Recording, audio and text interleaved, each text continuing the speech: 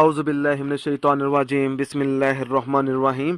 السلام علیکم دوستو، آج میں آپ کو بتاؤں گا سورۃ مزمل سے گناہوں سے نجات کا عمل۔ جیسا کہ دوستو اللہ تعالیٰ فرماتے ہیں کہ معافی کے دروازے آخرت تک کھلے ہیں، آپ قیامت تک اللہ تعالیٰ سے معافی مانگ سکتے ہیں۔